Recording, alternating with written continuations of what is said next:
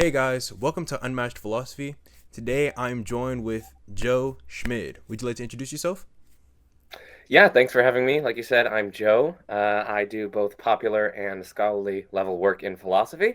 So on the popular level, I have my YouTube channel called Majesty of Reason, which is of course like objectively the best YouTube channel that has ever existed. So everyone needs to immediately go and subscribe.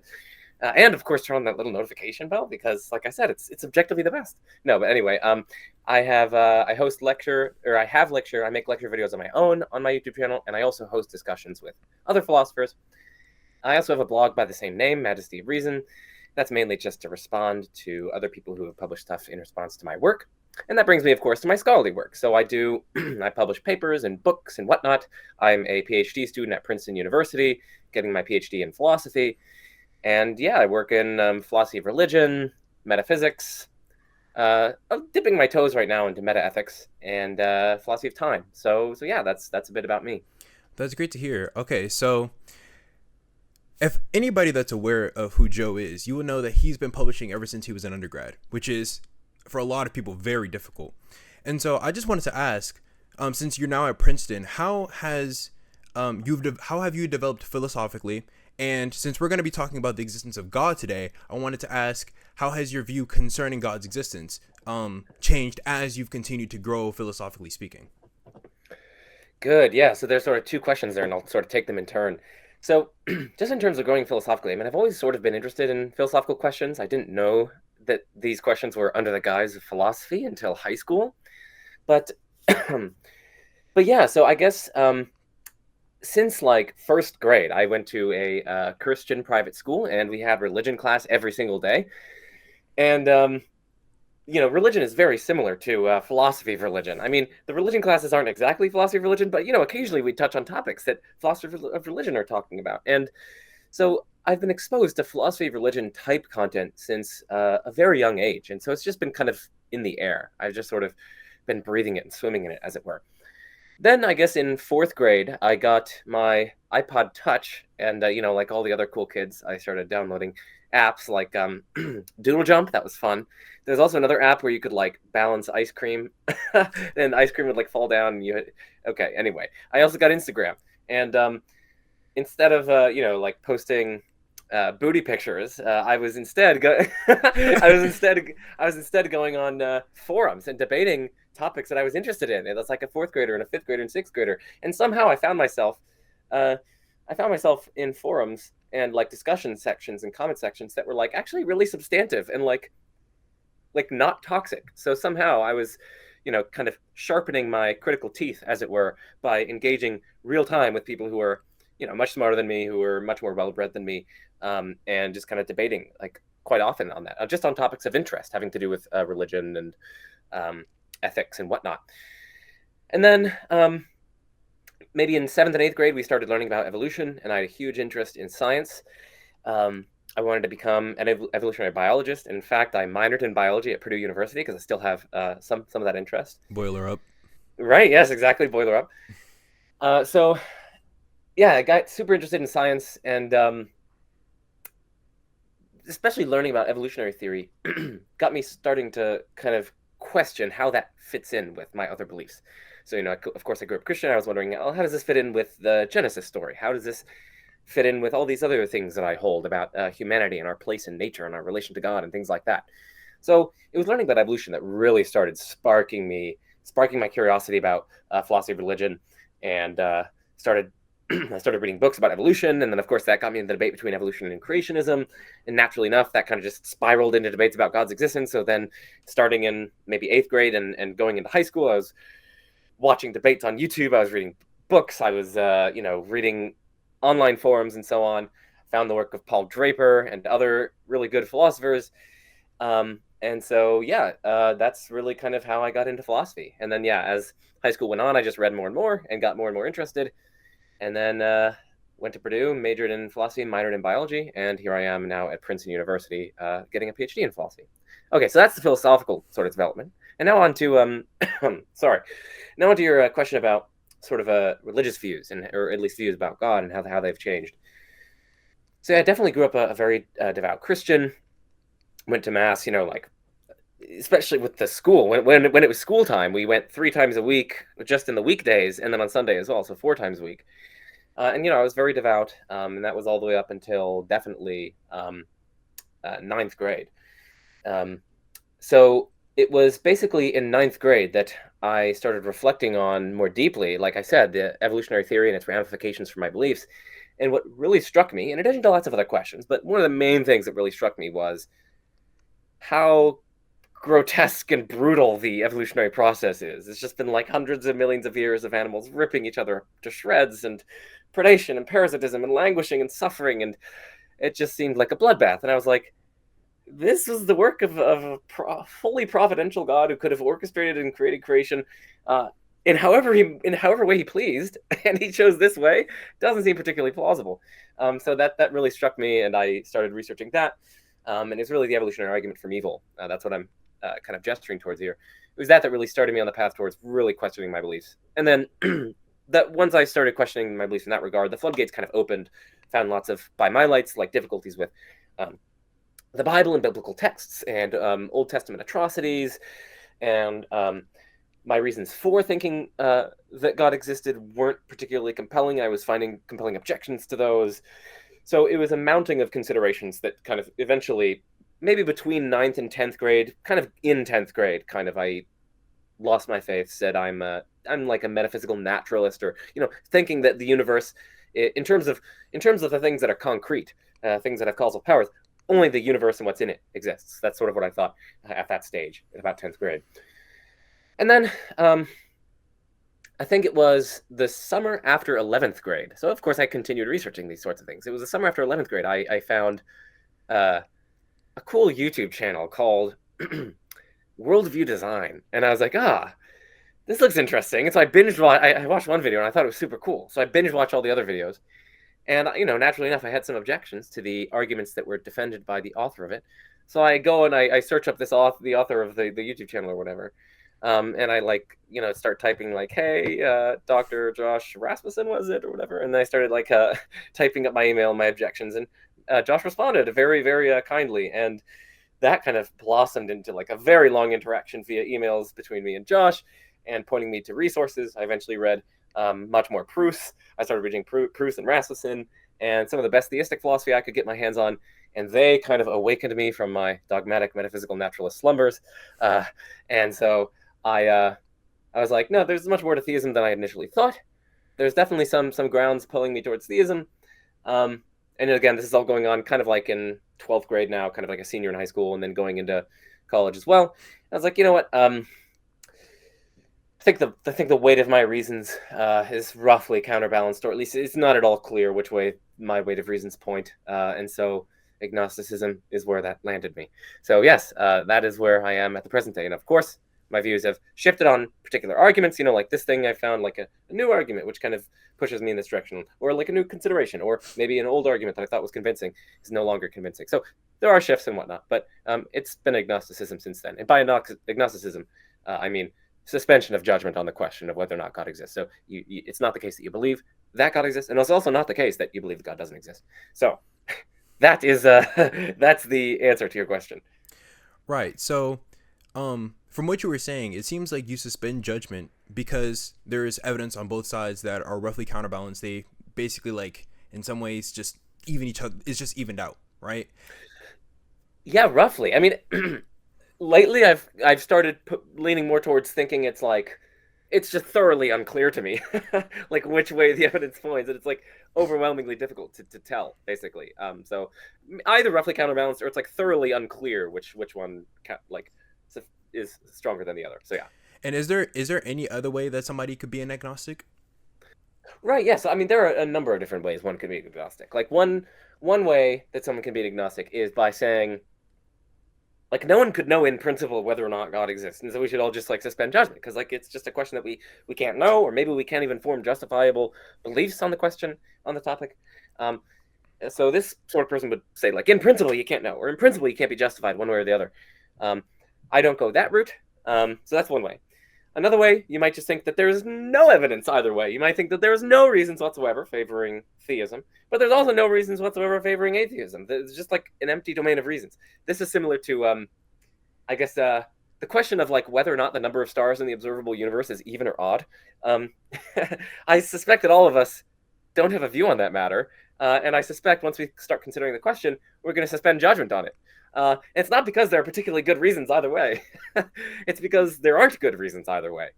There's no reason to suppose that it's even, and there's no reason to suppose that it's odd whatsoever. So that's another way that one could be an agnostic. It's just to think that there's a dearth of reasons. There's a complete and absence of reasons either way. So yeah, those are the three ways would be. One, you think the reasons roughly counterbalance, or at least it's unclear how the reasons stack up against one another for and against God's existence.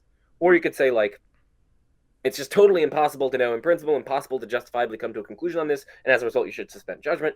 And then the third way is that there's just no reasons whatsoever favoring either one, either God's existence or God's non-existence, and so considered suspension of judgment is the rationally appropriate response. So those are three different ways. Okay, so you think that the evidence is roughly counterbalanced. And a lot of people, they tend to try to pick sides. They lean more towards theism or more towards like some form of naturalism or just atheism. And so I wanted to ask you, at least just for theism itself, what do you think are some considerations that favor theism? Good, yeah. So there are a number of different things. So one of I can go back like historically speaking, the thing that kind of pushed me away from a kind of metaphysical naturalism and towards an agnosticism was reflecting on at least certain versions of contingency arguments. So what is so let me just set this up. I can run through a kind of basic contingency argument and then talk Perfect. about stage one and stage two. Okay. So this is kind of like historically speaking what pushed me towards agnosticism. One of the considerations. There are lots of others. So when we look around us, there are lots of things. Here's a book. This is probably from high school. Yeah, this is from an IB class or whatever. This book did not need to exist. It's not like a necessary being. It's not like it must exist. No, instead the book can fail to exist. It's possible for the book not to exist. People might never have made it, or maybe it, maybe the printer that was supposed to be making it like malfunctioned or something. Like all these things are totally possible. They're genuinely possible. So this book, and arguably like most of the things around me, didn't have to exist. It's not necessary that they exist.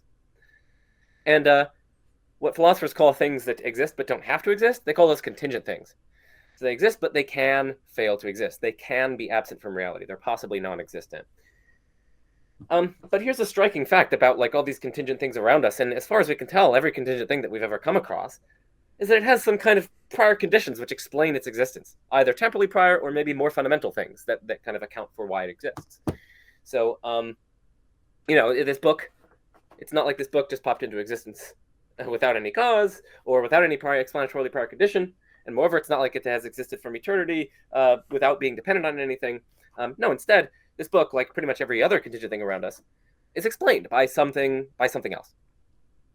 And so this gives us some kind of grounds for thinking that there's this broader explanatory principle, namely that contingent things, whether individually or collectively, have explanations in terms of some prior thing or things.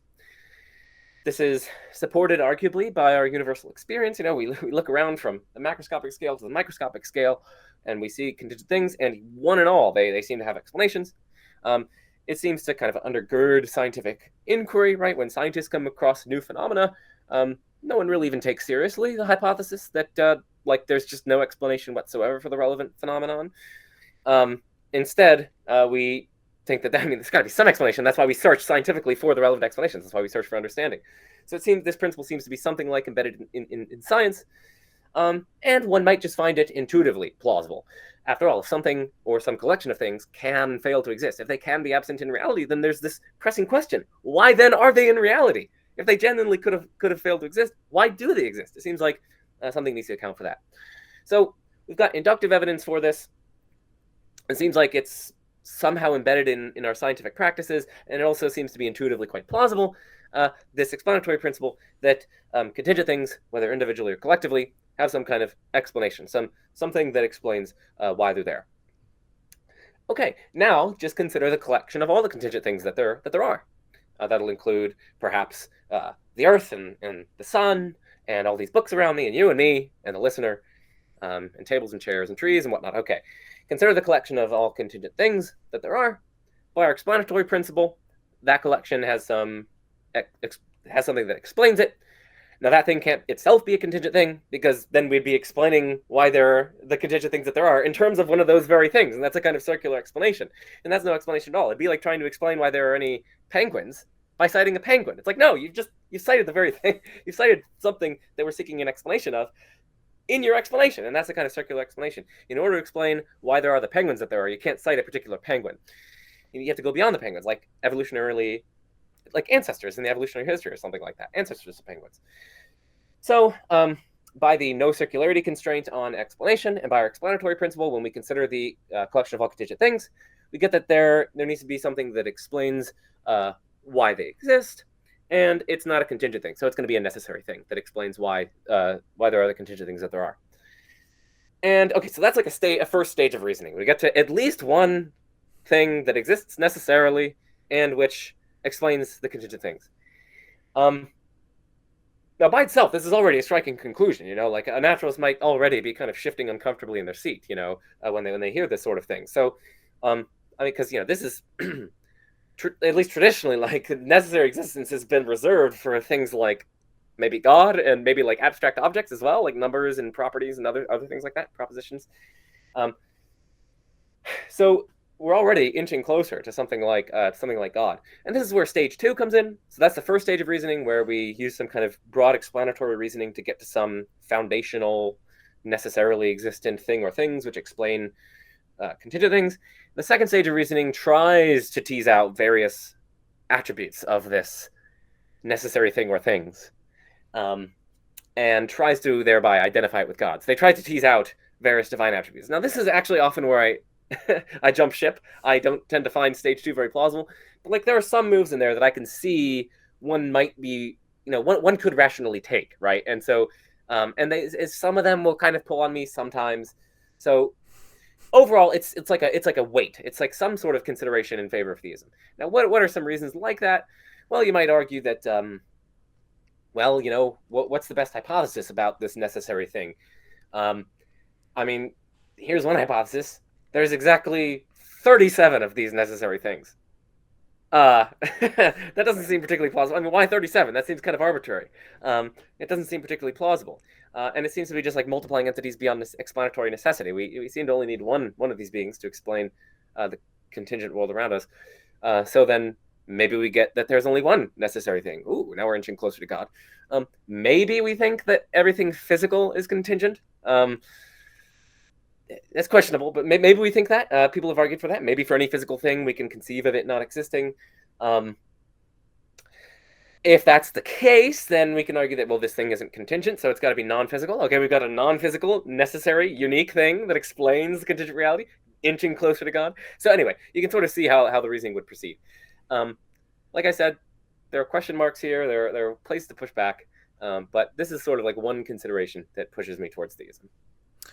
Right. And I mean, you're correct. Like, there are ways that one could push back, but I am just curious about, like, what do you think about the idea? It seems like this is Graham Oppy's view that, the initial singularity is necessary. And then Jonathan Schaffer, he has the view that the universe is necessary.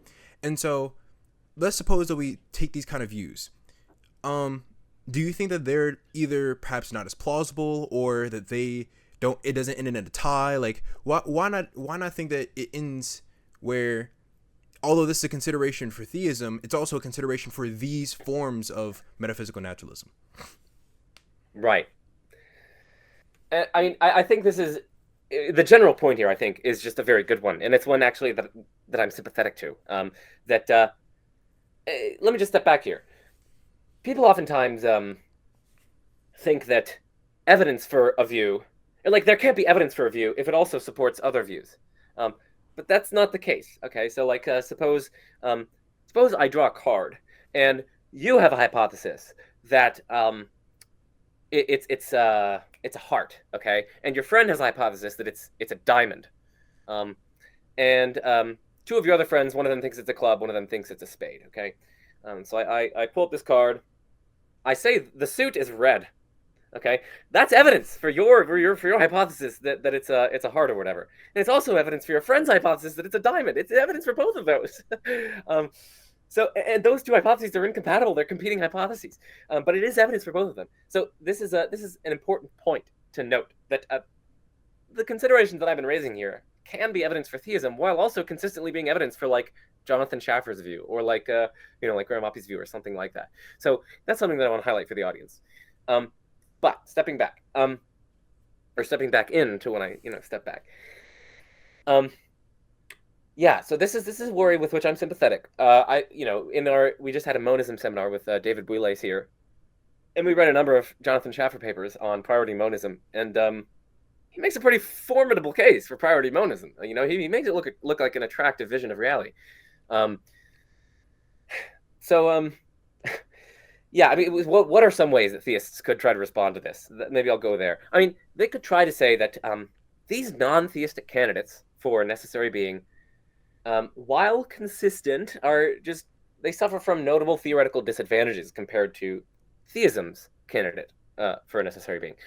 And at least Josh Rasmussen will point out, arguably, that a lot of these non-theistic candidates seem to involve various limitations, various finite quantities or finite qualities that have bounds in their extent or in their value that don't seem to have a deeper account or don't seem to have an explanation. They seem to just be kind of like arbitrary limits. And this goes back to what I was saying about there being 37 necessary beings. Like, suppose one hypothesis is that like the necessary being is a naturalistic being with exactly like 37 edges or something like that. I mean, that seems so arbitrary. Like, what?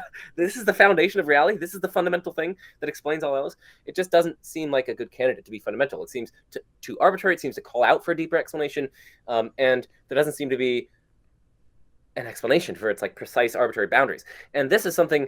So that's arguably like a theoretical disadvantage of a view, that it posits these sorts of arbitrary limits. And then you might try to say that these various non-theistic proposals all are going to involve various arbitrary limits on the foundational necessary thing. So for Oppy's naturalistic initial singularity, like it has a particular like density or like energy distribution, entropy level, temperature, has all these various quantities.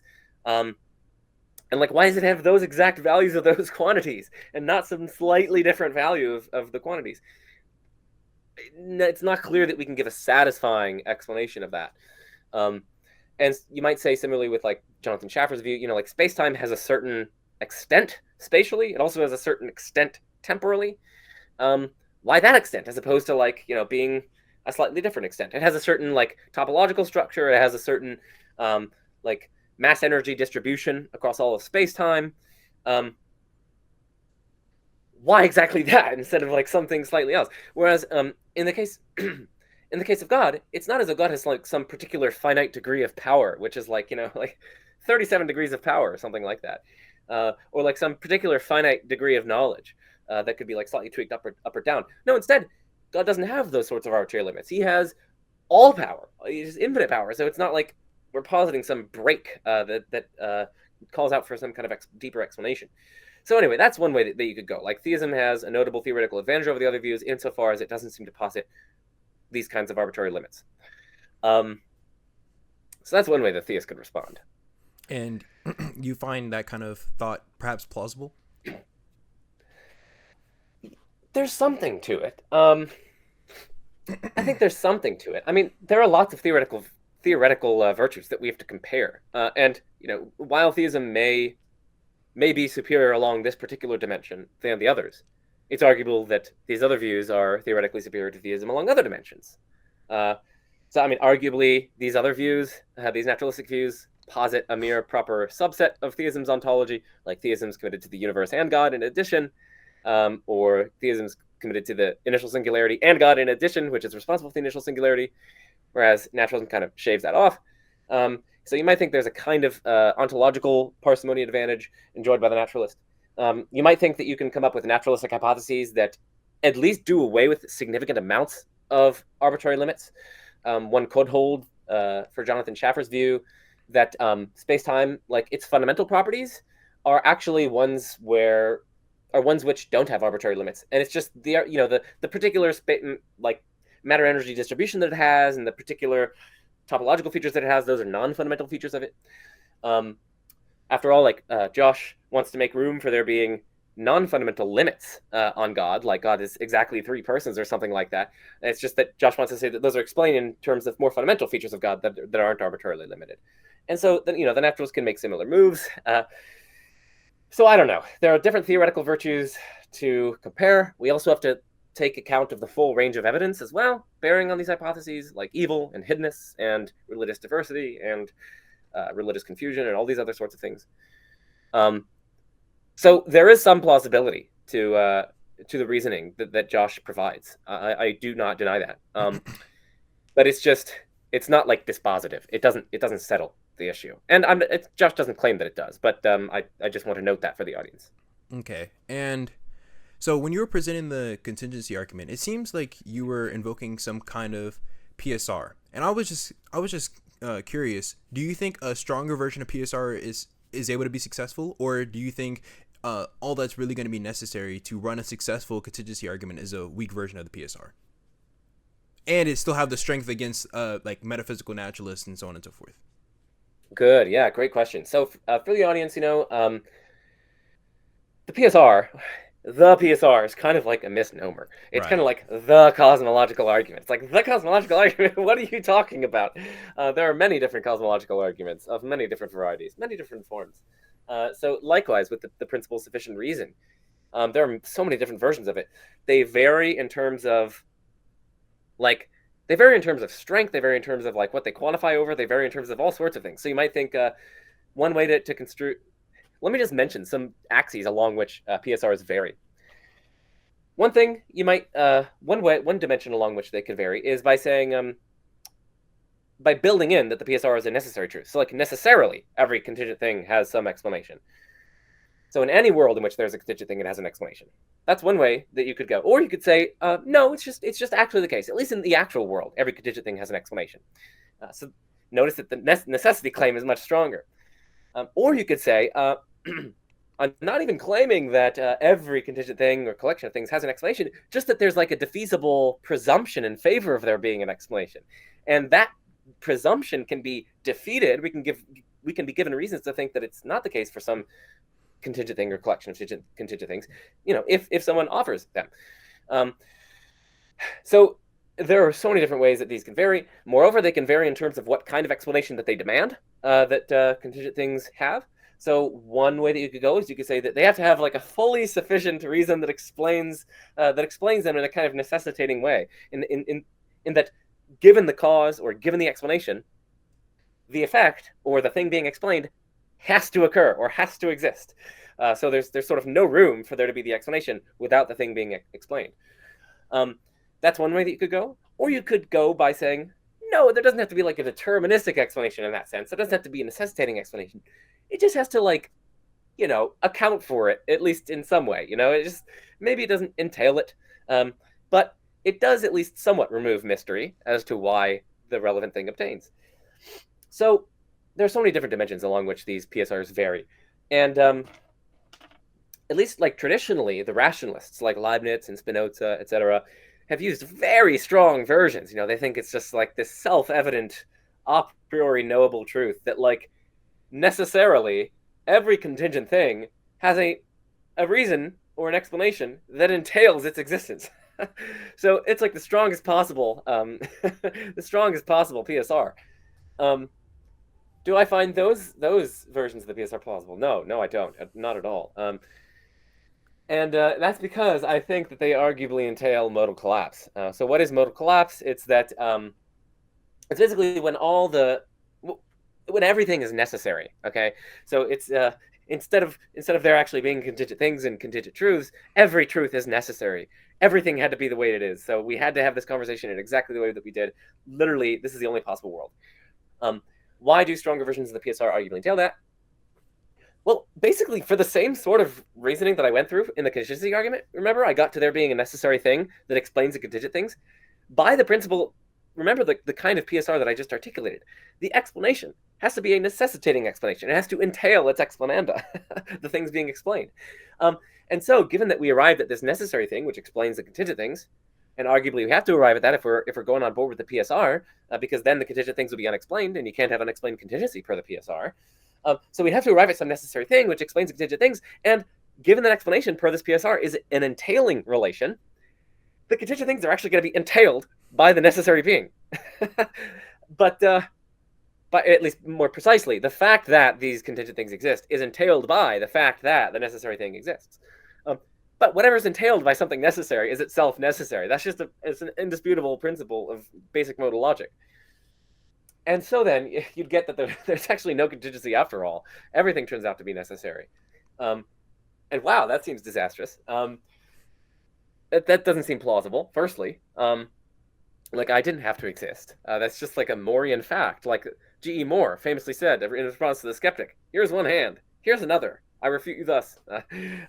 And similarly, like, here's something contingent. I refute you thus. Okay. So yeah, that would be pretty disastrous. And it also undercuts like the motivation for the contingency argument in the first place. Remember, they were saying like, hey, there are these contingent things, but like, no, one of your premises is false. Turns out that everything is necessary. Okay. So no, I don't like stronger versions of the PSR. I think we should go for a weaker version. Something along the lines of, every contingent thing or things has some sort of explanation. It doesn't have to entail the explananda. Maybe it's not like a fully sufficient explanation in that sense. But it's some prior condition or some prior thing, whether temporally prior or causally prior or ontologically prior, some prior thing or things that account in some sense for why the explanandum obtains. And again, explanandum, that just means the thing to be explained. Okay. Yeah, and then could the naturalist then go along with that sort of principle?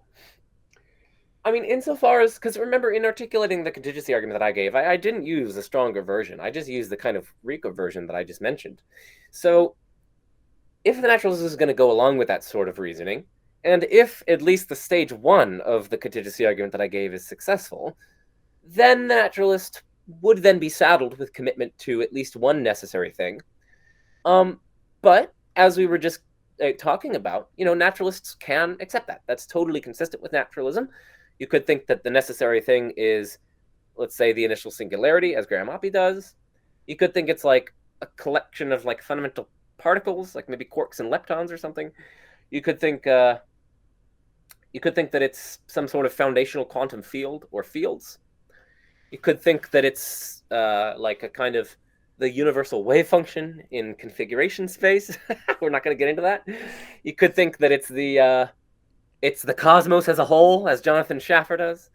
There are lots of ways that you can go here for the naturalist.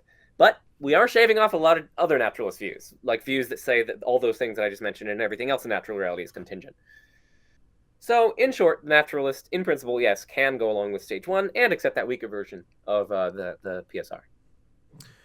Okay, so let's start talking about some animal suffering, because it seems like when you are thinking of your considerations that favor atheism, it seems like that is at least among them. Do you think that's the perhaps the most compelling consideration in favor of atheism? It's one of them. It's definitely one of them, in my view. We all assess things differently. We're all situated differently on the grand epistemic landscape, and we all are aware of different things, different responses, different objections and counter responses. We've all read different things. So we all have different evidence bases, but at least for me, this is, among the best considerations in favor of atheism or naturalism or some form of non-theism. And I mean, the rough idea is like, firstly, we have the data, and then we look at the hypotheses that try to explain the data, and we see which one is evidentially confirmed by the data. Okay, so what's the data? Well, for like literally hundreds of millions of years, like there have been vertebrates, and that corresponds to a pretty highly complex nervous system that we have every reason to think can undergird experiences of pain and pleasure and other normatively valent states. That is, states that are morally relevant, that bear moral properties. So if something's in pain, that's bad, and if something's experiencing pleasure, that's good, etc. Okay, so I mean, we do have good grounds to think that for hundreds of millions of years, there have been animals that have indeed been capable of experiencing some, pretty significant pain. And we also know that for hundreds of millions of years, I mean, like, it's just like nature red in tooth and claw. I mean, there's that phrase for a reason, because like, like the the natural state of things, it seems, is a kind of state of scarcity, right? Most animals are going to be dying young. Most animals are unfortunately just going to be eaten and preyed upon, or die from parasitism or some other terrible thing, or some natural disaster, some avalanche that crushes them, or some tornado, or some flood, they're going to drown or whatever. That's like the fate of most animals even before they get to like reproduce. And then the select few that get to reproduce, like they have to overproduce children, and most of those, because most of those are going to die as well and suffer. So anyway, like, and of course, once they have children, not only is that a very painful process, but these animals are also going to get old, and then they're going to succumb to injury and disease and decay and death. And so like the history of evolutionary history has been fraught with like some pretty atrocious and vast amounts of suffering. Like the sheer amount of suffering that has gone on for like hundreds of millions of years, with like, what is it, probably like, I don't know what the exact number is, but what, quintillions of animals capable of suffering? Like, we're talking about unbelievable amounts of suffering. And so that's like the data, okay? Like for hundreds of millions of years. Oh, and also the data is that if there were to be a God, this would sort of be like the very engine of creation, like the very means by which God is bringing about biological diversity and humans in general, so that he can have his prized relationship with us. So that's another facet of the problem. Okay, so we've got this data, and we've got different hypotheses. So like one is like naturalism. There's not some supernatural force, benevolent force that's like guiding things along. No, like the foundation of reality, whatever it is, and whatever is responsible for biological diversity, just doesn't give a damn about the suffering and languishing of creatures. And given that, it's not terribly surprising that it would just be a kind of like a bloodbath, just like a chaos. I mean, again, it could, in principle, like it's possible that somehow, miraculously, it all goes perfectly well and none of them experience suffering or anything like that. But that doesn't seem particularly probable. Nothing's guiding it towards that, and given that, it's not terribly surprising, given naturalism, then, that we would witness this just atrocious bloodbath. But things are very different. So I would argue, if we have a perfect being that guided the whole process and concocted this from eternity past as the very means by which it's going to create, given that God's all-knowing, he knows how bad all the suffering is. Given that he's all-powerful, he has the means to bring about biological diversity and humans in whichever way he pleases. He could have just created us as the young Earth creationists think that he did. He could have created in vastly different ways. He could have made it so that when animals are, they've got like the claws in their neck or something, like their consciousness sort of just like fades out at that point. He could have given like anesthetic within the claws and the teeth in the animals, that like the anesthetic gets injected, and so the animals don't experience the excruciating pain that they do, etc. God could have created in so many different. He could have made all animals like photosynthesize, so there could have been animals, but instead of getting energy from ripping each other to shreds, instead they get it from the sun, or maybe they chemosynthesize, so they get it from the atmosphere, or maybe they just don't continually have to like imbibe parts and shed parts. Instead, they just kind of like get a set number of parts and they don't degrade or whatever, and then after like say 80 years, they just painlessly boop, pop out of existence or something like that. So there are so many different conceivable ways that God could have actualized things. He has the means to do it. He knows how bad it would be if he didn't, and instead he created this bloodbath. And given that he's all good, it seems like he'd have some motivation to do that. So it doesn't seem.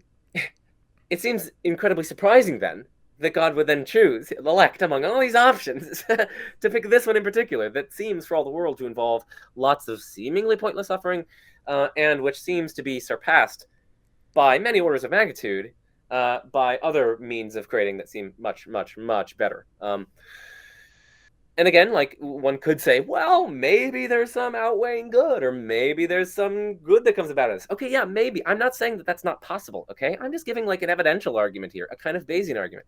Sure, maybe that's possible, but like this is not something that we would expect a perfect being to do. Like, if you come across, like a house, and you like open up the door, and it's like totally disheveled, and there's like a baby over there, and there's like a piano that's dangling from the ceiling, like precariously above the baby, and it's about to fall on the baby. And like you look to the left, and they're like all these terribly abused animals, like they've got like blood all over them and so on. Like, okay, here's a hypothesis: who's ever in charge of this house is not good, or at least is not perfect. Um, Now you could always come along and say, the lawyer comes along, as lawyers always do, and trying to defend the owner of the house. Well, like maybe there's some greater good that comes about as a result of all this. Like maybe, okay, listen, we grant that that's possible, but it's not particularly plausible, is it? No. So yeah, that's how I would take this sort of argument, this argumentative strategy. It's not terribly surprising that we'd see the evolutionary bloodbath that we do under naturalism, but it is incredibly surprising under theism, and so this is really powerful evidence for naturalism over theism. That's the rough way it would go. Do you think that the actions of humans, as it relates to the suffering of animals, contributes in any way to the probability of naturalism? So, for example, we see like factory farming. A lot of humans like to feast on animals. I don't know what you had for dinner, but I had fish, and before that, I had chicken, so on and so forth. And we see that there's perhaps other ways. Either there's other things that we could have eaten, or there's perhaps other ways in which we could have had the ability to eat the animals, but we do it in the ways that we do, which might actually cause a lot of suffering for animals. Do you think that perhaps plays into how you weigh the considerations? So I think it would. I mean, the reason why, when presenting the argument, I focus on evolutionary history prior to humans and so on, is to try to circumvent all the responses that people are like, well, what about like human soul building? You see a fawn getting burned alive, and that just makes you a better person, doesn't it? Not a particularly plausible response, but I want to circumvent all that, or like talking about free will and all these other sorts of things. Like, put all that to the side. I'm talking about pre-human evolutionary history. You can't say it's like the result of us, like, oh, we're like inattentive to what we're doing when we let out all these greenhouse gases that are leading to forest fires and so on. So like we're responsible for that. It's like I'm talking about pre-humanity. Okay, so I wanted to set all that aside so as to circumvent those responses. But you do bring up a really interesting point, and does that bear on like theism versus atheism, and like would this strengthen the problem? So it's arguable that it does. Now, one immediate response to that is like, what? I mean, hold on. Like humans are responsible for this. Like this is our freedom, right? This is our freedom to impose on these innocent creatures the conditions in factory farms. Now there are a few things to say in response to that, which I think can still render, kind of factory farming and things like that, and our general treatment of animals evidence for naturalism over theism. There are a few things to say. One is that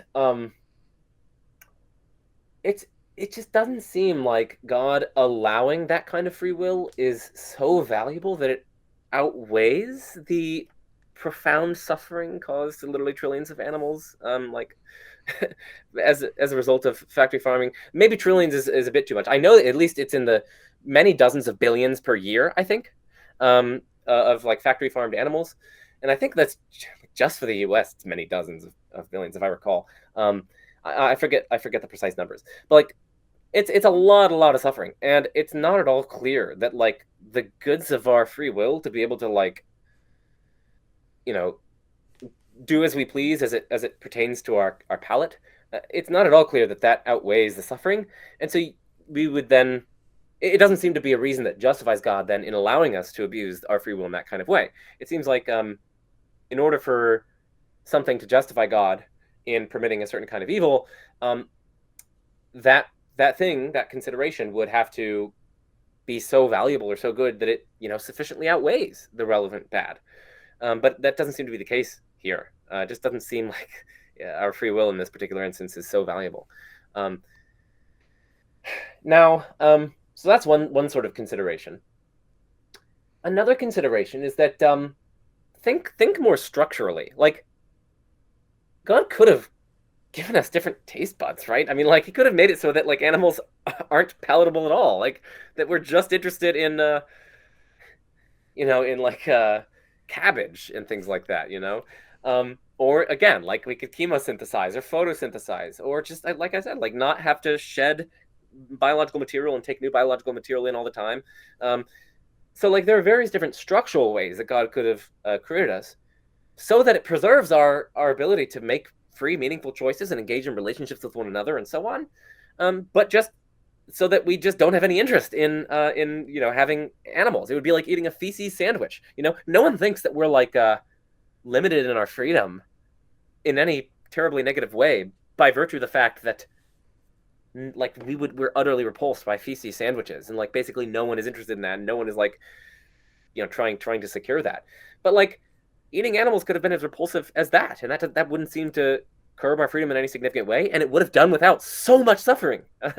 um, so then you might think that adds to the problem. Like, why didn't God? And it seems as though we would expect God to create us in these ways where either our palate is different, or we get energy differently, or those other sorts of things. So I would urge us to think more structurally, and when we do, we can see that this arguably does compound the problem. Yeah. Okay, so there's this other question. This is technically besides the point of a large part of our discussion, but I was just curious. Would you consider yourself like a vegan, at least in practice, or like philosophically speaking, or? Yeah, so people ask me this on my 5K AMA, and not yet. That's at least my answer right now. And so there is a possibility of that. I have been trying to reduce my impact on factory farming, specifically. So, but no, not yet. And maybe I'm culpable for not doing that. Maybe not. I don't know. The debates there in applied ethics are incredibly difficult. But I've been trying to contribute less and less, especially lately, to factory farming. So, whenever I buy eggs, I make sure that it's like pasture raised or whatever it is. Like, this, it says like certified pasture raised on it. It costs a lot more money, but that's okay. So like that, I don't eat any sort of like pig or cow or anything like that. I still do have chicken. I should probably really try to cut that down. I've been drinking a lot. I've been gradually introducing much more of this kind of like original silk milk into my diet, and less of regular milk in my diet. So I've been trying to do things. And during our like Princeton, whenever we have, they bring food in and they have vegan options and meat options. And I'm trying more and more to have the vegan options. There's this really good wrap with it's like a chickpea hummus wrap. It's like amazing. And there's this other one where it's like cauliflower and various other sorts of I forget what it is, but it's like spicy cauliflower. It's so good. It's like a sandwich. So I've been trying. Maybe I will make that transition. Maybe not. I will try. Well, I'm trying to decrease my contributions to factory farming. That's sort of what I'm getting at. Right. The reason why I was asking, I mean, I don't know if you wanted to touch up on this point. The reason I was asking is because a friend of mine wanted to know what your thoughts were concerning like the name of the trade argument, which is like, do you like, if you really think about it, it seems very difficult to name the relevant trait between animals and humans, which makes it morally justified to, eat animals and not, or eat animals, kill animals, so on and so forth, and not do the same to humans. And so I just wanted to know if you have anything to say about that, or. Right, yeah. So, I mean, I just realized that I didn't turn this one light on that I normally do. That's okay.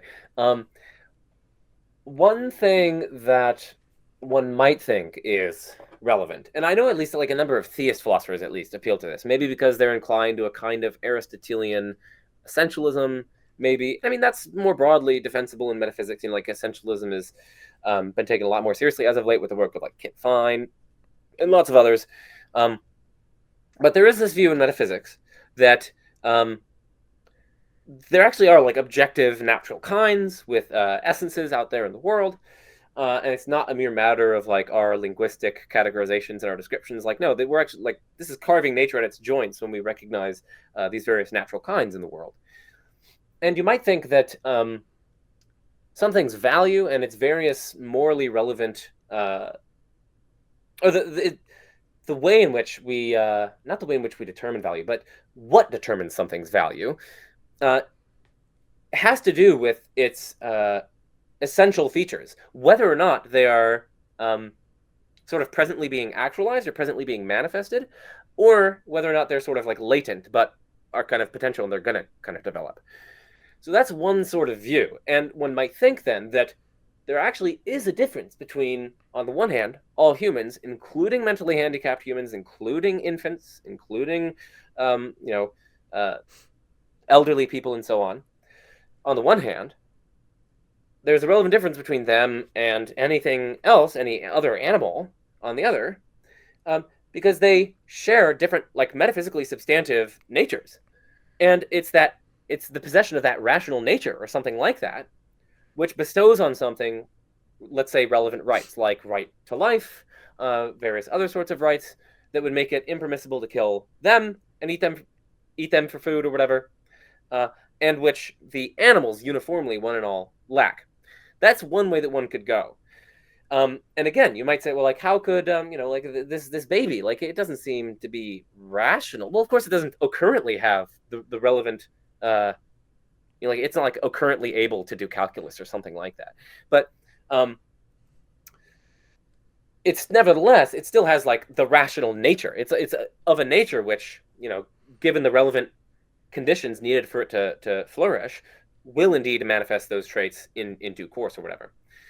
So if you think that moral properties are kind of tied to something's nature in that way, and you think there's something particularly morally special about a rational nature as opposed to non-rational natures, it has a certain kind of dignity, has a certain kind of value. If you think that, then one will be able to pinpoint some relevant difference, some morally relevant difference between humans and non-human animals. Whether or not that succeeds, it depends on a host of controversial hypotheses. It depends on, among other things, this kind of essentialism, and it also depends on these natures being the kind of seat or locus of the relevant kinds of normative properties or moral properties. And those might be contested. I mean, there's active debate about them in the philosophical literature. So yeah. But that's, I mean, I haven't seen many other plausible responses to this argument that, like, deserve to be taken seriously other than this one. So, like, other ones where people are like, well, they can't suffer or something. It's like, oh, that's terrible. That's such a terrible response. Yes, they can. Or, like, well, intelligence, like occurrent intelligence. Well, like, that's silly because, like, the baby is not currently intelligent. Its occurrent intelligence is, like, what, the same as like a dog or something? I don't know. So occurrent intelligence is not going to do it.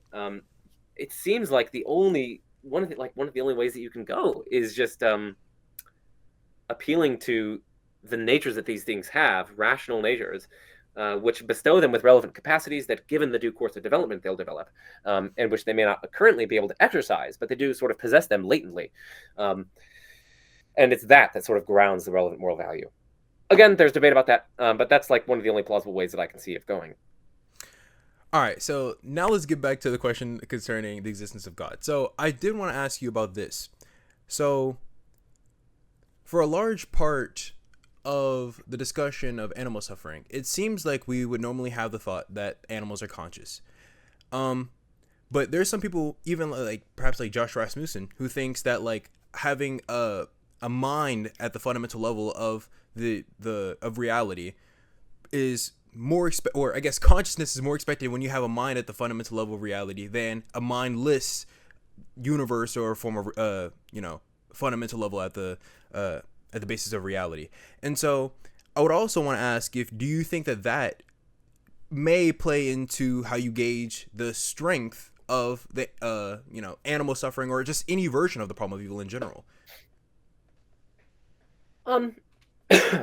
Yeah, that's good. So we can take this in sort of two different ways. So one way is just like considering the impact of another piece of data on the hypotheses, right? So like another, our data isn't just that there's been like hundreds of millions of years of animal suffering. Our data also includes that there's this vast, orderly, intelligible, aesthetically valuable reality. And in my view, that actually is evidence for theism, because God has. It seems that God would have at least some reason to produce, like an intelligible, orderly universe capable of harboring moral agents with whom he can have a very valuable relationship, and there's kind of aesthetic value of the universe and so on. And so God would at least have some reason to do that. Whereas under naturalism, I mean, like, if the foundation of reality is indifferent to value, then like okay, maybe it'll produce like a tremendously aesthetically valuable universe and like moral agents, which are very valuable and so on. Like, okay, maybe it's like possible, but like it could also just reality could just be like a barren wasteland, or it could just be like a you know almost like chaotic in some sense. And so like you might argue that there's only like it's actually a tiny fraction of the whole probability space under naturalism that you get like a very complex, orderly, integrated, intelligible universe capable of harboring moral agents. And there is some plausibility to that. Like this is one thing that I think does pull on me towards theism as an evidential chip favoring theism. So like that's one thing that we could be doing. And I know I've gone a little bit beyond the existence of minds, but minds are valuable. They have various morally valent states, like states of pleasure and pain and relationships with one another and discovery and knowledge and so on. And a lot of these things are deeply valuable. And so I'm got to at least have some reason to actualize them. Whereas under naturalism, like it seems like you'd need something like brains, and that takes like an evolutionary process and various different sorts of highly improbable, antecedently improbable occurrences to occur in order to get like conscious minds that are capable of relationship and whatnot. So that's one thing we could be doing. We could be pinpointing some piece of data apart from the problem of evil, and saying that this data strongly favors theism instead of naturalism. And I'm not sure it's as strong favoring as some proponents of this line of reasoning make it out to be, but I do think it does favor theism over naturalism. The existence of minds capable of relationships and a kind of like complex, intelligible, orderly, aesthetically valuable universe. So that's one thing we could be doing. Another thing we could be doing is somehow trying to connect this to the problem of evil. I mean, like, I guess the thought is that, well, like, in order to have suffering at all, you have to have these minds and these conscious creatures, and like that seems to be improbable under naturalism. So, like, actually, it's super duper surprising on naturalism that we'd get this evolutionary animal suffering, this kind of process that we find. Whereas it's not as, like, at least the existence of minds is not as surprising under theism. So that's, I mean, I guess that's another way one could try to take this, is that this sort of impacts the problem of evil. I mean, I think that the way to respond to that is that when we are looking at these sorts of Bayesian or evidential arguments, we have to take one piece of evidence at a time, and we sort of update our hypotheses in light of that evidence. We sort of take the evidence into account, and then we kind of put that in the background. That piece of evidence goes in the background because we've already sort of conditioned upon it. We've already taken it into account. And then with that in the background, together with our newly updated hypotheses, we then go on to look at the next piece of data. And then we see how that affects the probability of our hypotheses. And then we sort of update on that data. Then we take that data, we put it in our background. And so now we got two pieces of data in our background together with hypotheses. And then we look at the next piece of data and we see how expected that piece of data is, conditional on all of our background together with the hypothesis and so on. That's actually the correct way to go about assessing these hypotheses like theism and naturalism. And I think what this tells us then is that provided that we have a suitable procedure for, like, updating and whatnot, we look at the existence of minds and we see that favors theism over naturalism. We take that into account. We update our hypotheses in light of that. Then we put that piece of data in our background. And with that in our background, then we go on to evaluate how likely it is that the minds that exist that we've just conditioned upon and that we're taking for granted, how likely is it that their existence would be as we find it? Like, so full of suffering and like hundreds of millions of years of animal suffering. And given that there are minds, together with naturalism, that data seems much, much more surprising on theism compared to naturalism when we condition on theism and the existence of minds. Because we'd expect, given that God creates minds, like he wouldn't do it in the way that we see. So it seems plausible. So I think that so long as we're careful about how we kind of go about updating our hypotheses, this won't really affect the problem of evil and how much it affects the hypotheses. Although it will give theism like a boost because we will have taken into account that piece of data and it will have favored theism. So there's a sense in which it makes no difference to the problem of evil, but also a sense in which it helps theism because it boosts theism's probability. But theism is still taking a massive evidential hit, in my view, by the suffering. Because again, we put that in our background after we've conditioned upon it, and after we see that it favors theism, we put it in our background, and then we see how probable it is that those minds would suffer in the ways that they do. We see how probable it is, how that is conditional on that background piece, that there are minds, together with naturalism. And we do the same with theism. Okay, that's long-winded, and I know I didn't explain it well, but I don't have a whiteboard, and you'd have to use math to to explain it. Okay, so I have this question concerning theory choice. So when we're thinking of like a theory, I think that a large part of the methodology is going to be taking into consideration background knowledge, simplicity, and the evidence that we have for each hypothesis. Now, the question that I've been kind of thinking about recently was how important are each of these in relation to each other? So, for example, if it came to be the case that like we realized every single being, whether that be humans and animals, we see that all of them, they're all conscious, and their consciousness depends upon some kind of like physical thing. So it would depend upon our brains. But at the same time, like we might think that like for a lot of other reasons, we think that theism explains a lot of other data and everything of this sort. And we might think that naturalism is more simple or something like that. And we have like this back and forth, so on and so forth.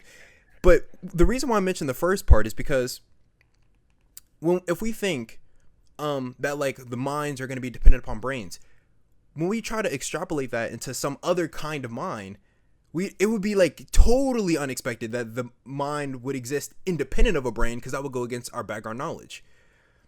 But we might say that there's also evidence in favor of this view, and so on and so forth. So how do you think that we should go about?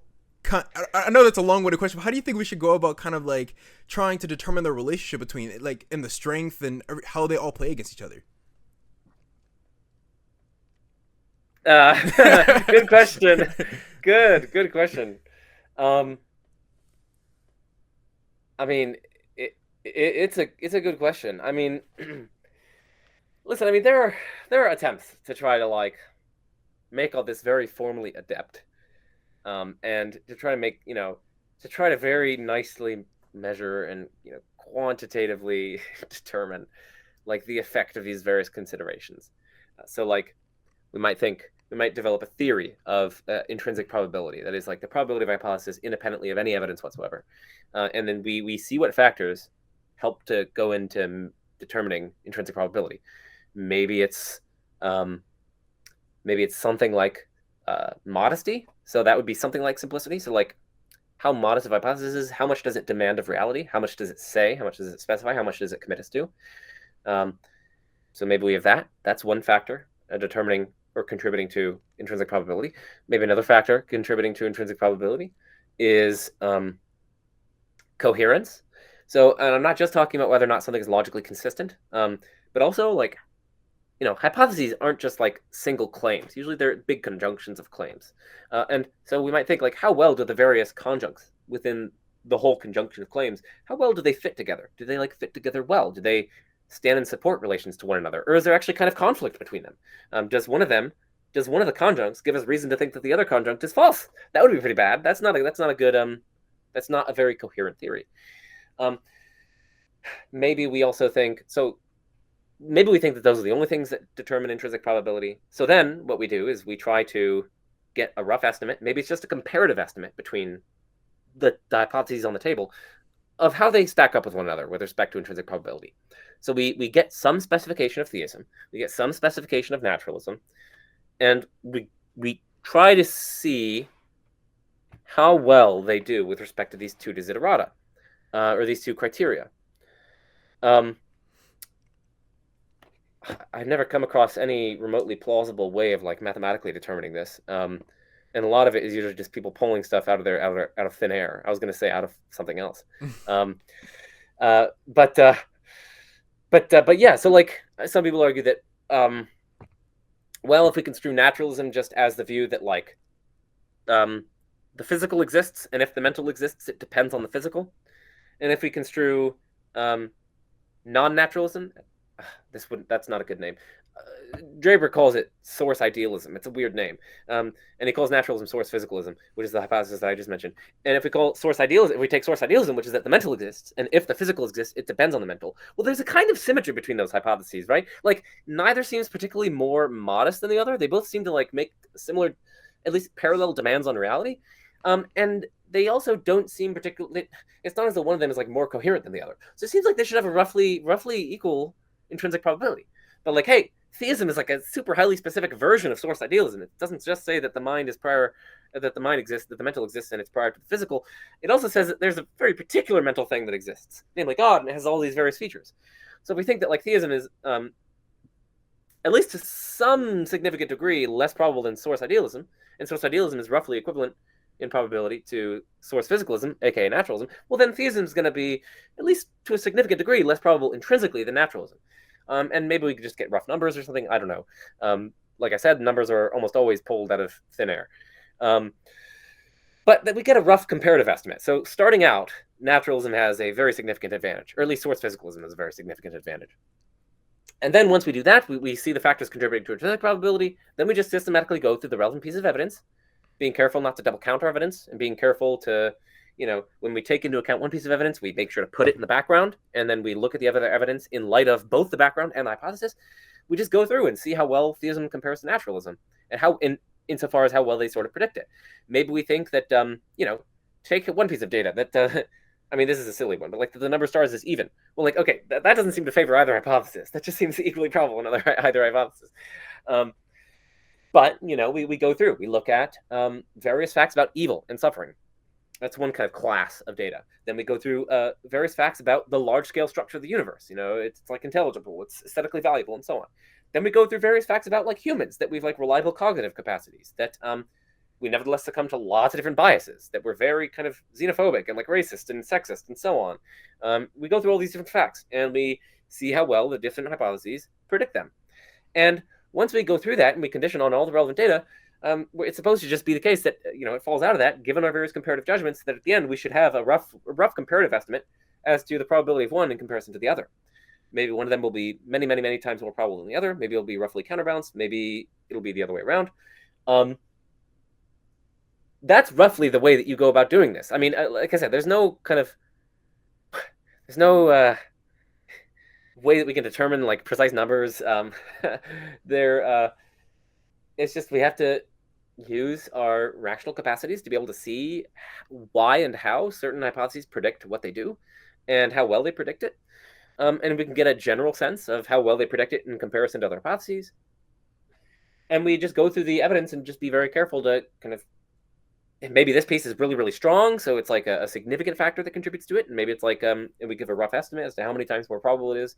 And we just go through all those rough estimates and kind of,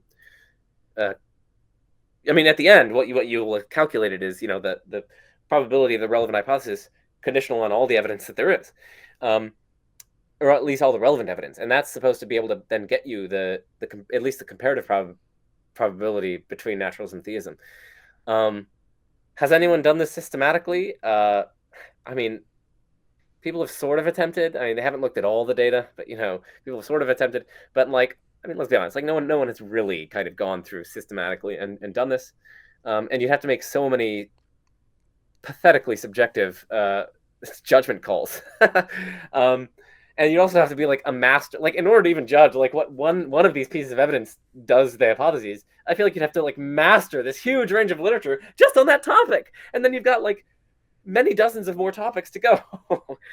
So I don't know. This is a call to agnosticism. Like, this is unbelievably complicated. And like, even many people reject this kind of Bayesian approach that I just mentioned. Like, it's kind of like the dominant approach, and it's a lot of what scientists use, and it's backed up, it's got some pedigree, but other people just go different sorts of approaches. They just go a broad kind of theory comparison where we just get like a list of maybe like a dozen theoretical virtues, and then we just try to fudge our way to our favorite conclusion. No.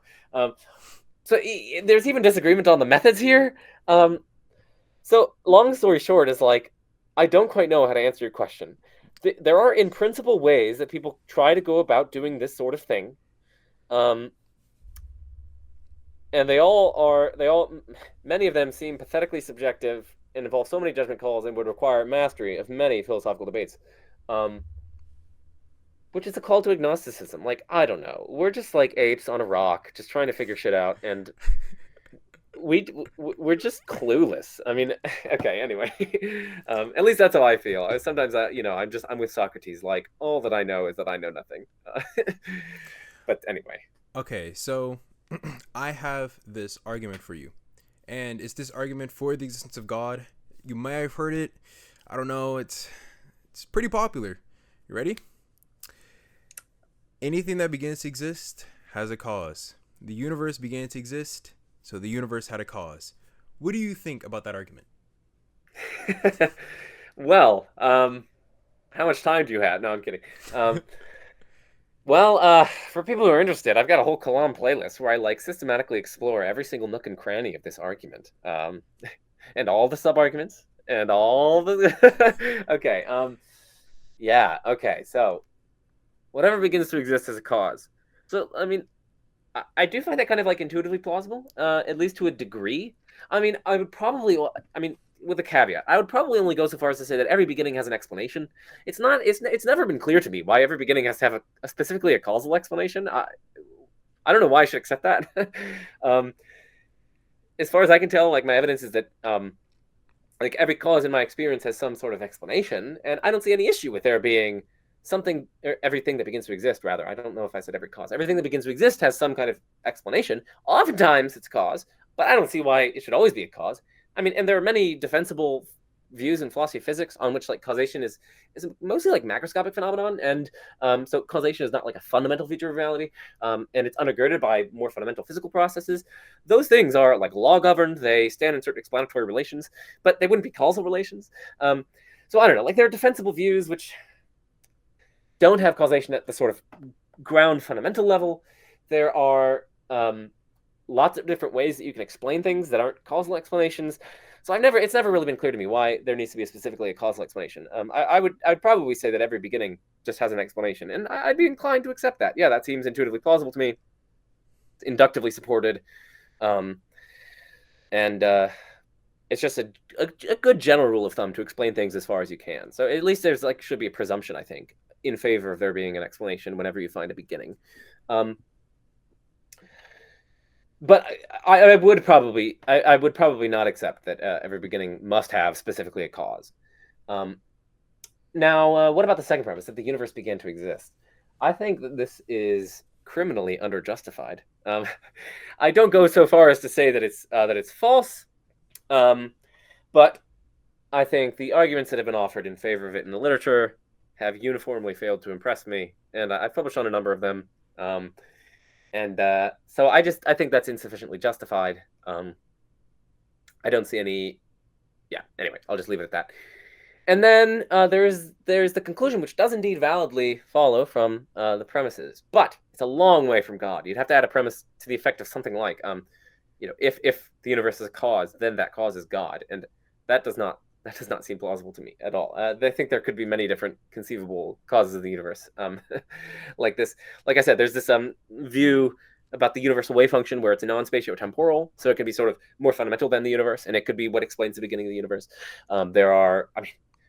Maybe it's some sort of like the Neoplatonic one, this impersonal, totally simple, absolutely transcendent reality, which is not like a personal God or anything. Maybe it could be all sorts of different things.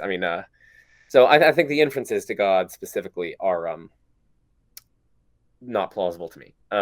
So anyway, that's the rough take. Like I said, I can go on for ages about each of the sub-arguments, but we're probably coming close to the end. So, right. So I'm just gonna ask you about one other kind of argument, which some people, I think, it's kind of hard to tell. A lot of philosophers don't seem to be very convinced by it, but a lot of non-philosophers seem to actually find it to be pretty compelling. That is the moral argument, where it seems like we have a lot of more reasons to do some things, like perhaps give to charity, or we have more reasons to not cause other people to suffer gratuitously, so on and so forth. And if we have these kind of moral reasons, and these moral reasons are objective, they're going to be brought about by God, or they're going to depend upon God, at least in some way, shape, or form. And I know that you consider yourself a moral realist as you've been, looking more into metaethics. So what do you think concerning this moral argument? Obviously, other than it's false. Right. So I mean, I'm not a big fan of the moral argument. And the main reason is just that, well, I mean, there are lots of different reasons. I think the main reason is just that I've never seen a convincing case for thinking that morality depends on God or must depend on God in order to exist or in order to be objective. That just has never struck me as plausible. I say, so long as you spot me like the intrinsic nature of suffering, by my lights, that alone is sufficient to account for the badness of suffering. I think that's wholly a function of the way that suffering is. It's kind of negative phenomenological feel. I think that alone is sufficient to explain why it's bad. I would sort of question, like, if someone knows what the word bad means, if they know exactly what excruciating suffering is like, and yet they didn't judge that it's bad. And I think that's indicating that there's something about the intrinsic nature of suffering itself, which accounts for why something is bad or has various other moral properties that it does. I think so long as someone sort of spots me that, then we get a kind of moral realism where these things instantiate moral properties, and it's not just like a matter of me having a particular I don't want people to suffer. It's not just that; it's in the nature of the suffering out there, which explains why it has the relevant moral properties that it does, and the suffering would have its nature whether or not I exist and I have my preferences. So it's not like subjective doesn't depend on me. It doesn't depend on humanity, whether or not we all existed, whether or not we all had preferences for there being suffering. Like for some reason we were all like masochists or whatever. Suffering would still have its intrinsic character, and it would still be terrible. And I would say that in my view, that's all that we need to account for the badness of suffering. And as long as we have the badness of I mean, like I said, then we have a kind of moral realism. We can sort of build up from there. I mean, if that's bad, well, then other things being equal, that like the badness of suffering, I think that can account for why there are reasons not to produce suffering. And then so we have a kind of a normative principle about our reasons, then, which is generated or at least explained by the relevant the value claim here about the badness of suffering. And then we can start, like I said, we start building up from there. So we've got at least some. It's like a proof of concept. We've got at least some truths that, like, in principle, it seems to me, like, I don't see anything wrong with, in principle, this being a way to have objective moral truths without God in the picture. I mean, to me, God just seems like thoroughly irrelevant. Like, who cares? Like, this is intentionally derogatory, but who cares if there's a sky daddy up there? Like, it doesn't matter. It does not matter. Like, the suffering right here in front of you, that is what accounts for the badness of this state of affairs and why it would be good for you to go in and intervene and stop it. It has nothing to do with either the preferences of that sky daddy or the beliefs of that sky daddy. That's totally irrelevant. It's just so clearly irrelevant. Or maybe not even the beliefs or preferences, the commands of it, or even its nature. Subtract that out of the picture. The suffering is still there. It has the exact same character that it does. It has the exact same phenomenological character. And it seems patently clear to me that it still would have all the same like moral properties that it does, whether or not there's a sky daddy in the picture. So that's intentionally derogatory. It's partly to be inflammatory to get people triggered, but it's also it's also me just being tongue in cheek. I'm obviously being kind of facetious, but like it's a dramatization of the fact that like it does not matter whether or not this like extrinsic condition obtains. All you need is the intrinsic character of the suffering in order to account for, in my view, why it's good or bad or whatever.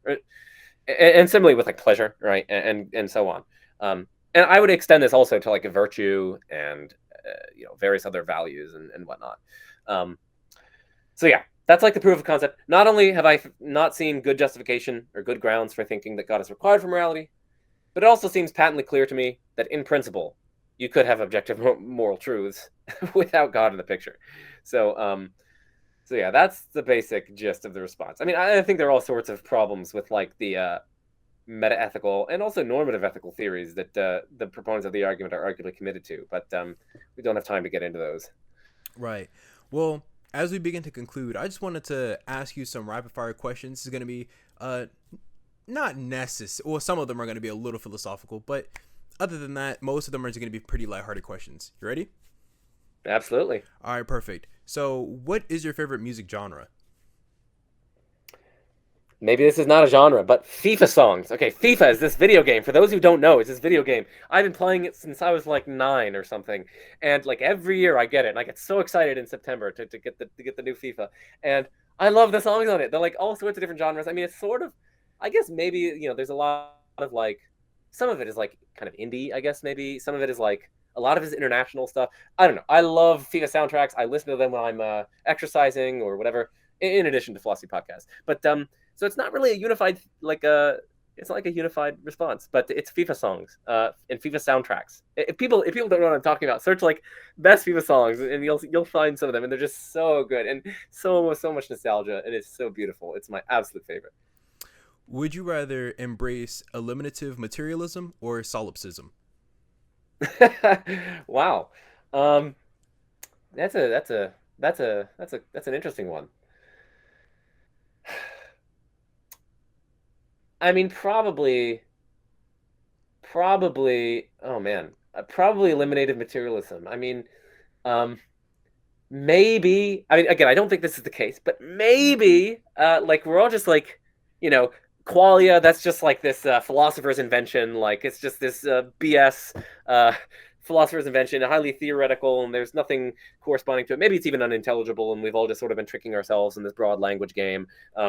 So maybe qualia is just BS, and qualia. There's no felt aspects of conscious experience. It's just really ultimately all that's going on is like just purely third personal functional stuff, and we should just get rid of all this talk of qualia and other conscious experiences. So I don't think that at all, and that's not even remotely plausible to me. But it's better than solipsism, I'd say. Okay, cats or dogs? Oh, easy. Dogs. I'm sorry. Wow. Okay, easy. Yes, I love dogs. I'm sorry. I love dogs so much. I in my Facebook bio, I literally have lover of dogs. It's not that I hate cats. Okay, let me just clarify. It's not that I hate cats, it's that I love dogs. Okay, if you could have any superpower that you could think of, which one would you have? Wow, that's a good one. It's a tough choice between two. One is omniscience, if that counts as a superpower. Like that would be amazing, just to be able to. I mean, in some sense, it would mean that there's no inquiry. It's an end to inquiry. Okay, fine, but still, and that'd be so cool to know everything. That would save me a lot of trouble. Okay, but another one would be flying. I've always wanted to fly. That's so cool. I actually lucid dreamed once, I think, and I've only done it like twice or 2 or 3 times in my life. And the one time I lucid dreamed, I was like, oh crap, I'm in a dream, and I just immediately started flying, and I just flew everywhere. So that's what I did. Okay, if you could pick any philosopher, dead or alive, that you would say is your favorite, who would you say? Oh wow. There's sort of incommensurable values going on here, so it's hard to pick. But in terms of like the person who has helped me the most and who's probably like my favorite in that sense, it's Josh Rasmussen. So it probably goes out to Josh. But like in terms of like whenever someone asks me, well, who's your favorite philosopher, I always say Socrates, and just because I sort of identify with him and his philosophical spirit. He's sort of like a martyr for truth. He was corrupting the youth because he was teaching them critical thinking and to question all the sophists and whatnot. And yeah, he's just his principles, his virtue, his questioning of everything. He just embodies the philosophical spirit, and I absolutely love that. So he's like the philosopher. So I'd say Socrates. Okay, so since you are obviously in your PhD program right now, you could have any school offer you a job to be a professor there. Which school would you want to offer you and you would accept it? Oh wow. That's cool. Wow. It would probably be like whichever place has the faculty members that I think I'd love to work with, because Probably Baylor. You have Josh Rasmussen and Alexander Prusun. right, yeah. Yeah, that would be that so that's a good shout. I mean, Princeton is honestly up there because I love it here, but uh I've always thought the faculty at Rutgers looked like extraordinarily dope. I mean, the faculty here is extraordinarily dope as well, but it looks extraordinarily dope there, and I think it'd be cliche to say Princeton, so I'll just say Rutgers. Yeah, Rutgers. Okay, and the last question is, if you could tell the audience to watch any movie, right now, what would it be? Oh boy, I've never been a movie person, unfortunately. But I did enjoy this one particular movie. I think it's called is it The Arrival or whatever, where it's like there are these the heptapods that come and they have this kind of like circular language, and it's like an exploration of this hypothesis that like language affects the way that you perceive the world and perceive time, and like a linguist has to sort of like decode their language. It's really cool. It's really good. So I'd say The Arrival. Okay. Well, thank you so much for joining me today. It was wonderful to ask you a bunch of questions. Is there any concluding remarks that you would like to make before we end it off? I'll just say thanks for having me, and I hope the audience, I hope this wasn't a waste of their time. I hope so too. All right. Well, that concludes the interview. All right.